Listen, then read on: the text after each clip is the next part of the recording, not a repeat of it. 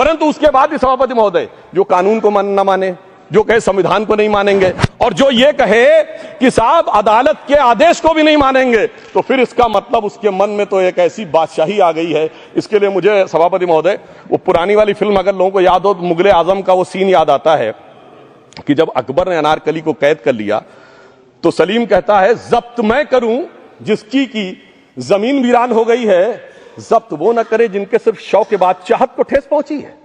ये जिल्ले इलाही की बादशाही नहीं बल्कि खुदाई है। मैं कहना चाहता हूं जो संविधान को न माने, कानून का न माने, इसका मतलब वो अपनी खुदाई में जी रहा है। तो ये वो लोग हैं। और वैसे मैं सभापति महोदय खुदाई से आजकल बहुत से लोगों को डर लगता है, क्योंकि जहां जहां खुदा है वहां वहां भगवान है, जहां जहां खुदा है वहां वहां भगवान है। बाकी आप सब बहुत बुद्धिमान हैं। अब मैं ये भी बात कहना चाहता हूं, और वैसे आखिर में उस अनारकली को कैद से छुड़ाने के लिए सलीम का एक हिंदू साथी दुर्जन सिंह ही आया था। मैं कह सकता हूं कि वक्फ की इस मुकद्दस जमीन को अगर कैद करके रखा है तो उन चंद लोगों ने जिनके दिमाग आज भी उन चीजों में भरे हुए हैं कि कोई समझता हम तो किसी जमाने में हुक्मरान वक्त थे, कोई कहता हुजूर नवाब थे, कोई कहता बादशाह आलमगीर थे, कोई कहता है बादशाह गाजी जिंदा पीर थे। तो नदीमुल हक साहब ने जो बोला था ना, किसी के बाप का हिंदुस्तान थोड़ी है, बिल्कुल मैं कहना चाहता हूं जिन्होंने इस देश के लिए खून बहाया उनके बाप का हिंदुस्तान है, उस गरीब मुस्लिम कारीगर के बाप का हिंदुस्तान है। पर जो ये कहते हैं कि आगरे का लाल किला किसके बाप ने बनवाया, आगरे का किला किसके बाप ने बनवाया, दिल्ली का किला किसके बाप ने बनवाया, हैदराबाद का चार मीनार किसके बाप ने बनवाया, उसके बाप का यह हिंदुस्तान नहीं है। और उसके बाद भी जो आप करना चाहते हैं, अगर इस रास्ते में आप कांटे बिछाना चाहते हैं, तो उनके लिए एक लाइन कहना चाहता हूं सभापति महोदय, तेरी तमन्ना है पर हम खार न बोने देंगे, खार कांटों को कहते हैं, तेरी तमन्ना है पर हम खार न बोने देंगे, तुझे हम राह की दीवार न होने देंगे, तू सबको रौंद कर आगे जो निकलना चाहे हम तेरी इतनी भी रफ्तार न होने देंगे। और इसीलिए हमारी सरकार ने इस विषय के ऊपर एक सही और सटीक प्रयोग करने का प्रयास किया है। मैं दूसरी बात यह भी बताना चाहता हूं, हमारे डीएमके के तिरुचि शिवाजी ने अनायास अकारण यह बात बोली थी कि उस समय जब जिन्ना का उल्लेख करते हुए उन्होंने कहा कि पार्टीशन के समय, तो मैं उनके सुलभ संज्ञान के लिए बता देता हूं, 1946 की कॉन्स्टिट्यूएंट असेंबली में मद्रास प्रेसिडेंसी में 30 आउट ऑफ 30 सीट जो थी वो मुस्लिम लीग ने जीती थी विद 95% ऑफ वोट्स, और एक भी मुस्लिम वहां के बाद बाहर नहीं गया।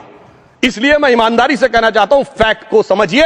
और जो मद्रास प्रेसिडेंसी के मुस्लिम लीग के अध्यक्ष थे और पीजे पोकर साहब बहादुर और मोहम्मद इस्माइल, वही बाद में इंडियन यूनियन मुस्लिम लीग के अध्यक्ष बने, और उन्होंने 28 अगस्त 1947 को सेपरेट इलेक्टोरेट मांगे, जो कोई जाके कॉन्स्टिट्यूएंट असेंबली की डिबेट में पार्लियामेंट किया, आप वेबसाइट पे पेज नंबर 270 पे जाके पढ़ लीजिएगा। सरदार पटेल ने बड़े गुस्से में इस बात को कहा, अब जो हो गया सो हो गया, एक रात में दिल नहीं बदल गया, मगर अब देश के लिए कैसे आगे बढ़ना है उसके लिए ईमानदारी से आगे आओ।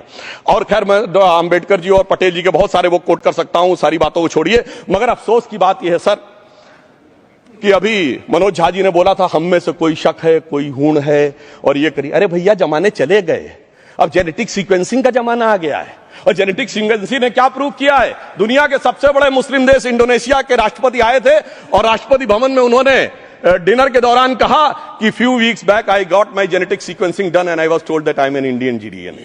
अरे साहब कहां गुलामी की मानसिकता में पड़े हुए हैं सभापति महोदय। और यहां गुलामी की मानसिकता इस कदर पैबस्त है लोगों के दिमागों में, किसी सदन के एक सदस्य यहां विराजमान है, वो उस समय महाराणा सांगा का उल्लेख कर दिए।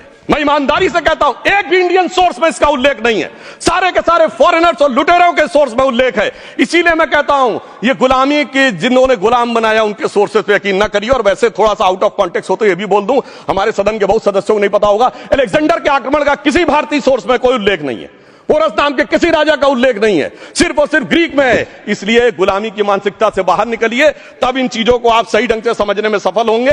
मेरा अब यह भी अनुरोध अपने सदस्यों के साथ है। वक्त की अवधारणा के बारे में बहुत कुछ बोला जा चुका है कि ये ओरिजिनली कहां से आया, पर मैं इतना कहना चाहूंगा, सबसे पहले वक्त का उल्लेख आता है जब ससनिड एम्पायर को खलीफा उमर ने कैप्चर किया, तो आज का जो सदर्न इराक है उसके इलाके को उन्होंने वक्फ डिक्लेयर किया, और वो स्टेट के द्वारा कंट्रोल होता था। स्टेट के बारे में माननीय नड्डा जी ने अभी बताया कि बड़े बड़े देशों में किस ढंग से होता था। सर सैयद अहमद खान ने भी वक्फ को मूल इस्लाम का हिस्सा न मानते हुए इसके लिए मुजार शब्द कहा है जो शरिया के अंतर्गत आता है, और इसी के लिए उन्होंने फतवा आलमगीरी को भी कोट किया था। और इसीलिए 1894 की जो प्रिवी काउंसिल का जजमेंट जो आया था वो वक्फ अल औलाद के खिलाफ आया था। मगर सभापति महोदय, 1906 में कलकत्ता कांग्रेस अधिवेशन में कांग्रेस ने प्रस्ताव पारित किया कि प्रिवी काउंसिल के जजमेंट में कुछ गलती है, इसे बदलना चाहिए। क्योंकि 1904 में जिन्ना कांग्रेस को ज्वाइन कर चुके थे, इसलिए मैं कहना चाहता हूं फिर 1913 में वो जजमेंट बदला कि हमारे सदन के बहुत से सदस्यों ने इस सदन और दूसरे सदन में बोला है। मैं एक सेंटेंस बोलता हूं, लगेगा जैसे वही लोग बोल रहे हैं। वर्ड ये है, कोट है, since the bill was introduced to administer the Muslim law for Musalmans, so the question of public policy does not arise. लगता है जैसे हमारे कोई सदस्य में बोल रहा हूं। सर, ये मोहम्मद अली जिन्ना ने अप्रैल 1913 में ही used this word while moving the report of the select committee to the imperial legislative council. Sir, 1913 से 2013 तक भाषा ही नहीं बदली और आज भी भाषा नहीं बदल रही है। हमें ईमानदारी से, और उस समय यूपी और बंगाल ने उसका विरोध किया था। आज यूपी और बंगाल के लोग किस तरीके से साथ में है वो पूरी तरीके से दिखाई पड़ता है। इसलिए हम ये कहना चाहते हैं, हाँ, एक प्रश्न बहुत उठाया जाता है कि केवल मुस्लिम ही वक्फ को क्यों दान दे सकता, ऐसा वक्फ बोर्ड में क्यों संशोधन किया गया। मैं ईमानदारी से कहना चाहता हूं, ऐसा नहीं कि मैं इस्लामिक मामलों का बहुत बड़ा आलिम फाजिल जानकार हूं, मगर इस्लाम में बहुत साफ मान्यता है कि जो गैर मुस्लिम है उसकी इबादत अल्लाह कबूल नहीं कर सकते, उसकी दुआ कबूल नहीं होगी तो दान कैसे कबूल होगा। साहब, हम इस्लामिक भावना का सम्मान कर रहे हैं।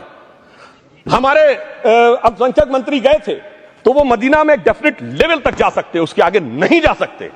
अगर इबादत की इजाजत नहीं है तो साहब जायदाद की इजाजत कैसे हो सकती है। मुस्लिम भावना का सम्मान है, और अगर है तो कोई मुल्ला मौलवी मुफ्ती मुकर्रम बारी आज आके बता दे कि कबूल हो सकती है दुआ, तो हम दान भी कबूल करने के लिए तैयार हैं। और तो और छोड़िए साहब, जब आप कहते हैं कि हर चीज हलाल होनी चाहिए, तो साहब हलाल करने की प्रक्रिया नहीं, हलाल करने वाला भी मुस्लिम होना चाहिए, तब वो हलाल होता था।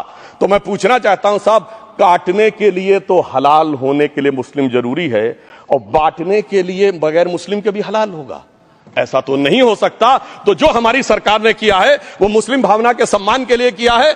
और जहां तक मैं कहना चाहूंगा, हिंदू समाज के बारे में बात करते हैं, हमारे यहां कोई प्रॉब्लम नहीं है। हमारे यहां कोई ऐसा नहीं कि हज पे कोई गैर मुस्लिम नहीं जा सकता। हमारे देखिए कुंभ में 50 लाख विदेशी आए थे और किसी से नहीं कहा या कन्वर्ट हो जाओ।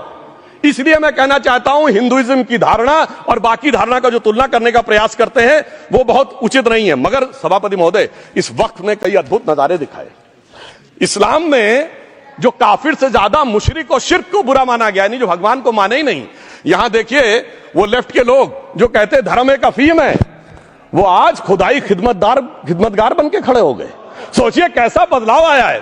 और सर, मुझे एक और चीज नजर आती है। एक पुराना गीत था, वक्त ने किया क्या हसी सितम। तो आज मैं कहना चाहूंगा, वक्त ने किया क्या हसी सितम कि मुस्लिम लीग और शिवसेना मिलके हो गए हम। और मैं कहना चाहता हूं, ये मुस्लिम लीग वो है जिसने सेपरेट इलेक्टोरेट की मांग की थी, और इस शिवसेना के उबाटा के हमारे इस सदन के एक सदस्य हैं। और सर, हमारे साथ मुरली जी बैठे हैं, मुरली देवड़ा जी ने मुझे याद दिलाया, उन्होंने, मिलिंद देवड़ा जी ने याद दिलाया, उन्होंने कहा एक जमाने में उन्होंने कहा था मुस्लिमों की नागरिकता छीन लेनी चाहिए। इसीलिए मैं कह रहा हूं, वक्त ने किया क्या हसी सितम, ये दोनों मिलके हो गए हम। और सर, मैं इसके बाद एक टेक्निकल बात करना चाहता हूं। जब इन्होंने टाइम ड्यूरेशन हटा दिया था और बैक में पीछे जा सकते थे, तो मैं पूछना चाहता हूं सर कि जब ब्रिटिश हुकूमत आई तो उसने तो मुगलों सारी हुकूमत ले ली थी, तो उनका मालिकाना हक कैसे हुआ। सर, 1707 के बाद तो इस्लामी हुकूमत दिल्ली से खत्म हो गई थी। एक आखिरी मुगल बादशाह शाह आलम के लिए तो बोला जाता था सल्तनते शाह आलम दे लाल किले ते पालम, यानी आज का IGI एयरपोर्ट। तो साहब उसके बाद ये गुजरात के सूरत से लेकर लखनऊ तक उनका मालिकाना हक निकलने कहां से लगा। अरे भाई, जब दिल्ली को कैप्चर किया था अंग्रेजों ने तो सारी जमीन अंग्रेजों की थी। तो जब मैं अपने कांग्रेस के मित्रों से पूछना चाहता हूं, ये जब गवर्नमेंट ऑफ इंडिया एक्ट में पावर डीड ट्रांसफर की थी तो पढ़े नहीं थे क्या, या खोखले कागज पर साइन कर लिए थे, या कागज सही था, आप खोखला करने की बात है। मैं पूछना चाहता हूं, जब 250 साल तक वो हुकूमत ही नहीं रही तो उस हुकूमत के फरमान की लेजिटिमेसी कैसे हो सकती है। यह मैं कानून विदों के लिए भी एक फूड फॉर थॉट रखने की बात करता हूं।